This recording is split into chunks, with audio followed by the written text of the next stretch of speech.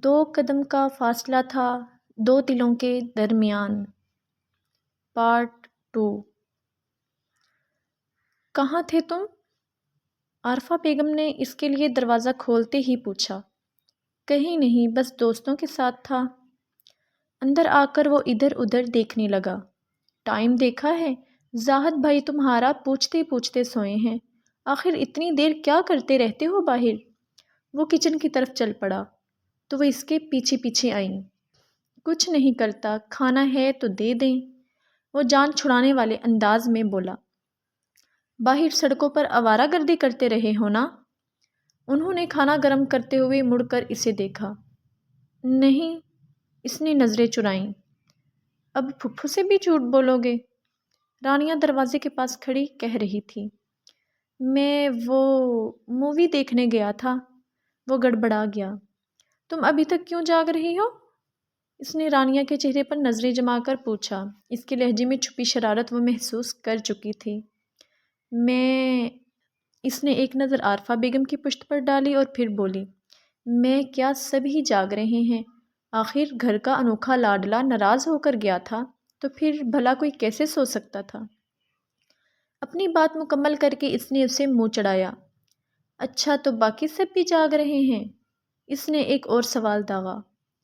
اب اس کے لب مسکرا رہے تھے۔ ہاں، نہیں، وہ گڑبڑائی۔ وہ میں، ہانی آپی اور دادو ہی جاگ رہے تھے، اس نے نظریں چرا کر جواب دیا۔ اتنے میں عارفہ بیگم نے کھانا گرم کر کے اس کے سامنے رکھ دیا۔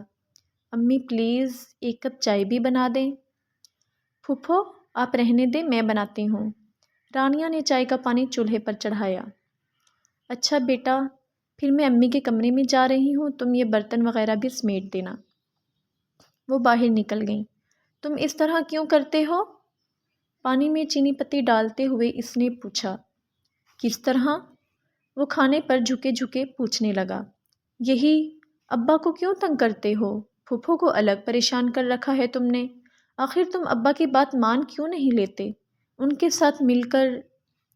اس نے بیچ میں ہی رانیہ کی بات کاٹ دی۔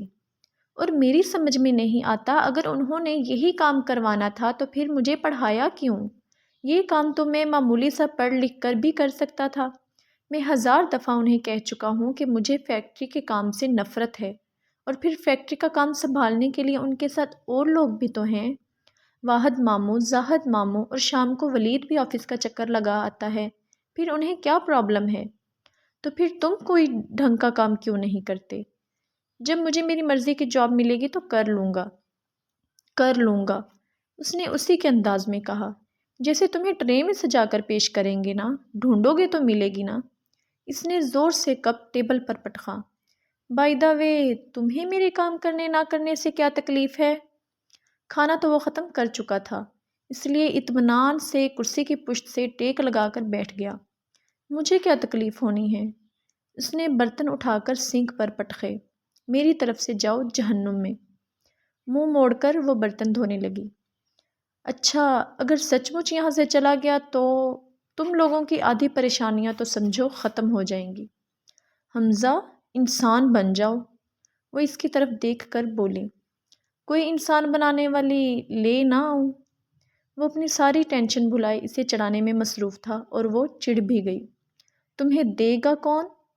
بات منہ سے نکل گئی، اس نے زبان دانتوں تلے دبا لی۔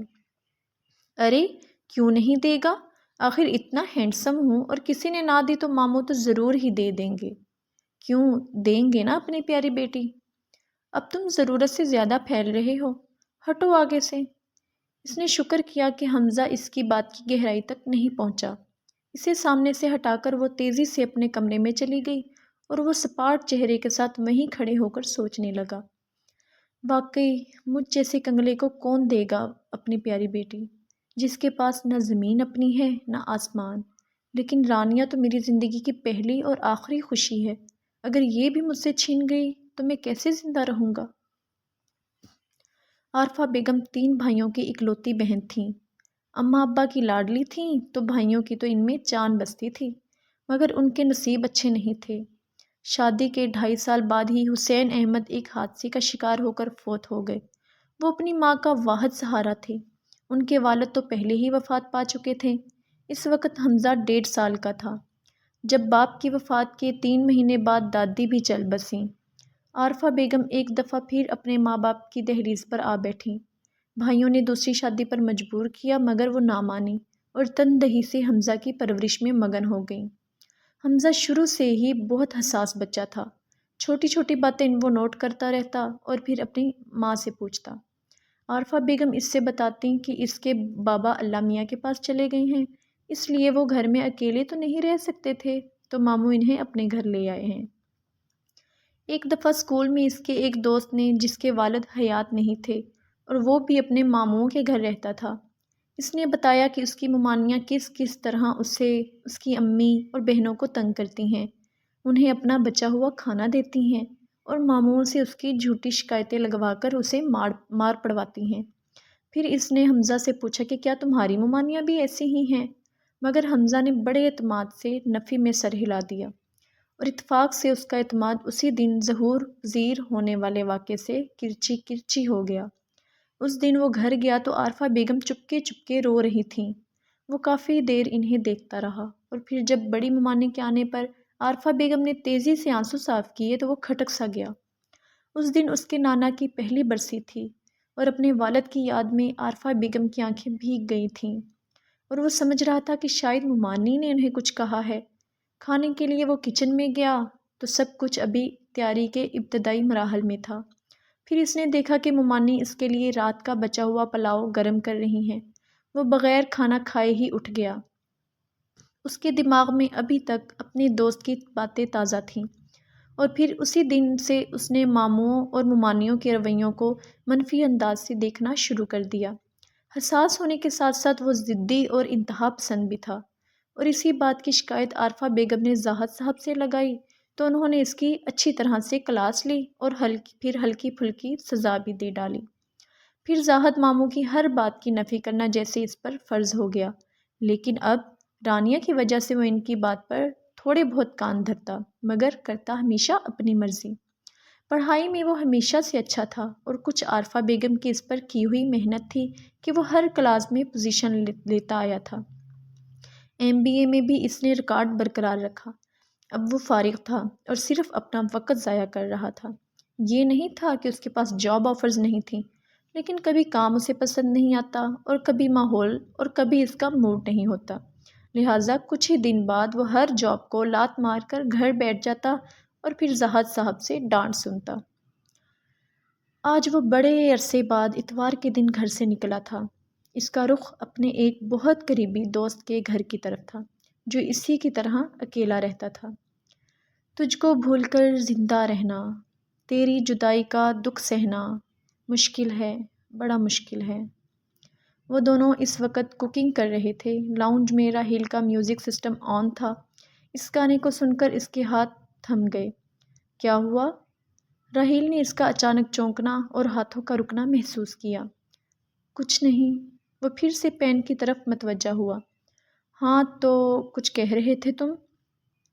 میں کہہ رہا تھا کہ پاکستان سے امی کا فون آیا تھا، کہہ رہی تھیں کہ موسیٰ نے ایک دانت نکال لیا ہے اور اب تو تھوڑا تھوڑا چلنے لگا ہے۔ بیٹے کے بارے میں بات کرتے ہوئے اس کے چہرے پر ایک بہت ہی خوبصورت سی مسکراہٹ تھی۔ یار اب تو سب کو بلوا ہی لوں گا یہاں پر، بہت رہ لیا اکیلا۔ مجھے تو لگتا ہے جب وہ پہلی دفعہ بابا بولے گا تو تب بھی میں وہاں نہیں ہوں گا۔ اس کے لہجے میں حسرت تھی۔ وہ کتنی ہی دیر بے تاثر نظروں سے راحیل کو دیکھتا رہا۔ اور کچھ کہا آنٹی نے؟ اس سوال کے اندر بھی ایک سوال چھپا ہوا تھا جو راحیل نے فوراً بھانپ لیا۔ ہاں، بتا رہی تھیں کہ وہاں سب خیریت ہے۔ اس کا سارا زور وہاں پر تھا۔ ہاں اب تو خیریت ہی ہونی ہے نا۔ اس کے چہرے پر ایک سایہ سا لہرا گیا۔ راحیل اور بھی کچھ کہہ رہا تھا مگر وہ وہاں نہیں تھا۔ اس ناول کے پارٹ نمبر 3 کے لیے اس چینل کو سبسکرائب کریں اور اس ویڈیو کو لائک کریں، شیئر کریں اور کومنٹ باکس میں اپنی رائے کا اظہار دیں۔ شکریہ۔ اللہ حافظ۔